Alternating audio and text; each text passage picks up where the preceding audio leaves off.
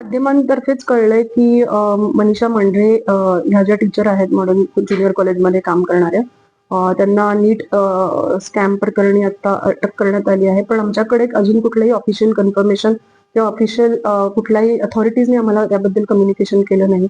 पण हे 24 वर्ष गेली मनीषा मांढरे आमच्याकडे ज्युनियर टीचर म्हणून ज्युनियर कॉलेजला सीनियर टीचर म्हणून काम करतात.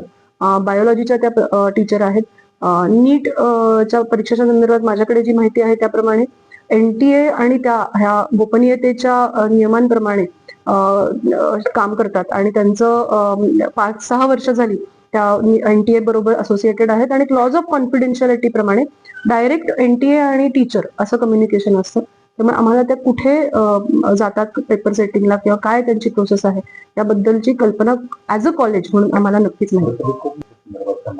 सर, प्रकरण प्रचंड मोठं आहे, सेन्सिटिव्ह आहे. त्याप्रमाणे आम्हाला ज्या प्रकारे ऑफिशियल कम्युनिकेशन झाल्या आमच्या स्कूल एज्युकेशनच्या लॉ प्रमाणे, कारण ज्युनियर कॉलेज आहे त्यामुळे स्कूल एज्युकेशनचे नियम त्याला ऍप्लिकेबल आहेत, त्याप्रमाणे आम्ही लगेच जी काही लिगल कारवाई आहे ती त्वरित करू.